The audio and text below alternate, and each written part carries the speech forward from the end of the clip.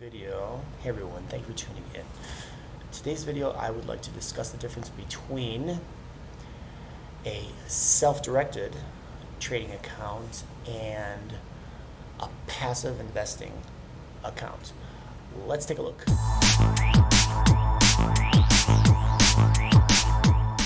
Okay, so what I have here is a basic spreadsheet with some simplifications in terms of expenses. And let's quickly go through the list.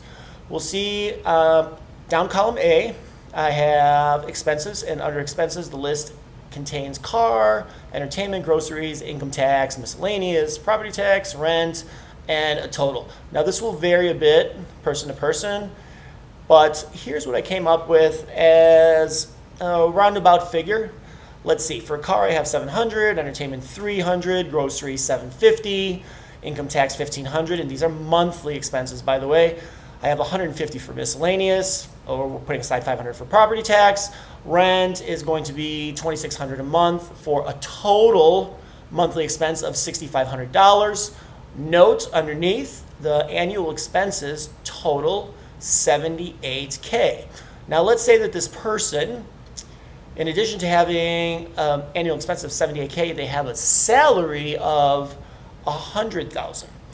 So after all is said and done, and I've accounted for some possible tax expense here, again, this will vary person to person, and so will every other item in the list. But anyway, at the end of the year, they will have $22,000 left over. Now from this point, let's assume that they set aside that $22,000 for investment purposes, and they're not going to contribute any more to the account. That's going to be it, which is not going to happen in the real world. But again, this is a simplification that we're using to see how we can compare traditional investing, which is most likely passive, versus self-directed account, self-directed investment account. All right, so here we go. At the end of year one, well, the beginning of year one, they're going to start with $22,000, which I have highlighted here in cell B13. Make this 1.055. There we go. All right. So notice at the end of year one, they're going to have $23,210. At the end of year two, they're going to have 24.5, so on and so forth. Let's jump forward in time to year 10. So year 10, they will have a little more than $37,500. And remember, recall that they started this account with $22,000. So after 10 years, they've gained a little more than $15K. Not much to write home about. Of course, it's better than nothing. It's better than losing money. Now let's assume that all continues to go well, and by that I mean they're not going to take any dramatic hits in their account, which they shouldn't, because there's a risk-free rate of 5.5%. So let me move back. Here we go. All right, so we see that after 20 years, they're going to have a little more than $64,000, which is a gain of $42,000 from year one, or the beginning of year one. And let's mosey on down to year 30. They have $109,000, and at year 40, they have $187,000, doing nothing but collecting their risk-free rate of 5.5%. So the compound annual growth rate is 1.055 per year. Now let's say that they decide to take on a little bit more risk, but they continue to be passive. So in this scenario, they're going to earn 1.08. They're earning 8% a year, which has been the traditional return on equities since World War II. That's a yearly return since World War II. All right, so now we have 1.08 as our multiplier. The end of year one, they're going to have $23,760. Let's go to year 10. Notice that they have $47,500. The end of year 20, they have $102,000. And if they work for 4 decades, let's say they move ahead, let's just say moving ahead in time, 4 decades, 40 years, that original $22,000 with a growth rate of about 8% a year will leave them with just under $480,000 for a total of $477,939. Again, better than nothing. They didn't have to do much. All they did was passively watch their money grow at an 8% clip a year. Now, I'm definitely not advising that someone do this. It's better than nothing, but this is not the kind of return one should look for. And I'll get into that in a few minutes why. But I'm not a fan of that passive investing approach at all. I actually think it's a colossal mistake, a huge blunder. But anyway, let's continue. Now, let's say that the person spent time and learning how to manage their money, how money works, how the markets work, and they are expecting a return of 30% a year. So we're going to bump up this multiplier to reflect that 30%. And now let's see what happens. Okay, at the end of year one, they go to $28,600, and they started with 22. At the end of year 10, look at what happens here. Now they're at $303,000, and I believe at 1.08% year 10 they ended up with 47. Let me modify this. Yeah, 47. So notice the difference there. It's substantial. It's over $250,000 difference. So let me go back to 1.3 and let's continue. All right, 303,000 versus 47,000. That's over $250,000 in difference. Let's go to year 20. Now they have $4 million, almost $4.2 million in 20 years. And they started with a very, very modest amount of $22,000. Let's move on down the road.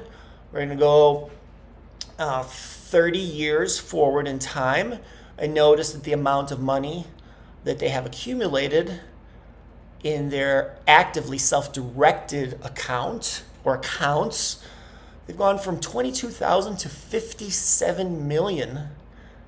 And look at what happens in year 40. I mean, this is insane.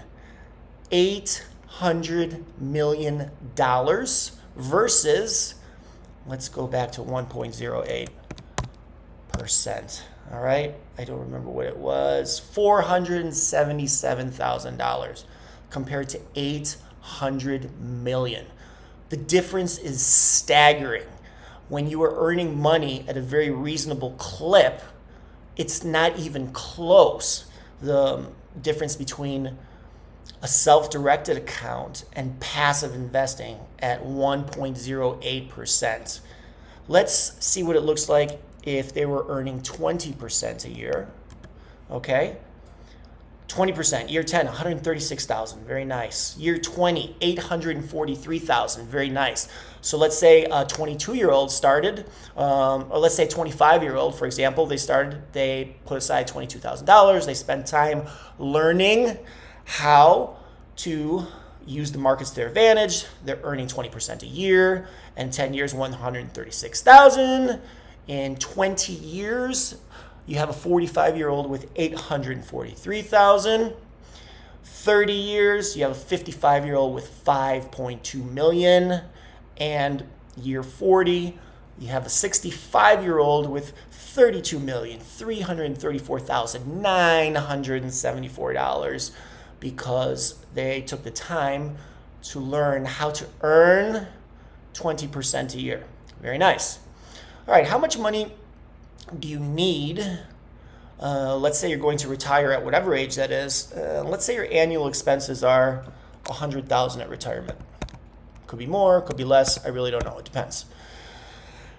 So the amount needed, if you are sitting on a nest egg or a portfolio with X amount and you need 100,000, let's say that you're earning 8% on your nest egg.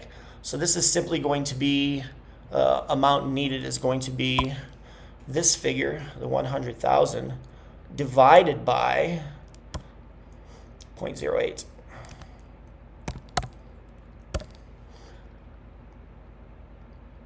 All right, so this is $1.25 million is what you're going to need if you're earning 8% a year and you have $100,000 in annual expenses.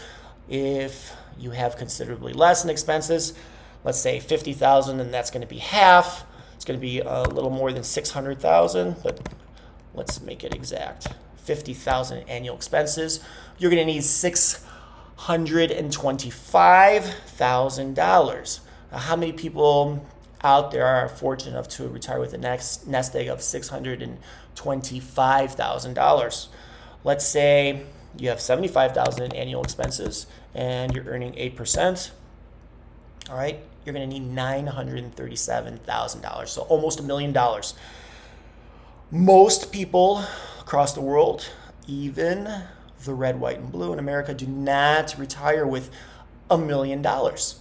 Well, let's say that you've become a savvy investor, speculator, or whatever you want to call it, but you have a fairly good understanding, a solid understanding of how the markets work, and you can earn 20% on your money every year.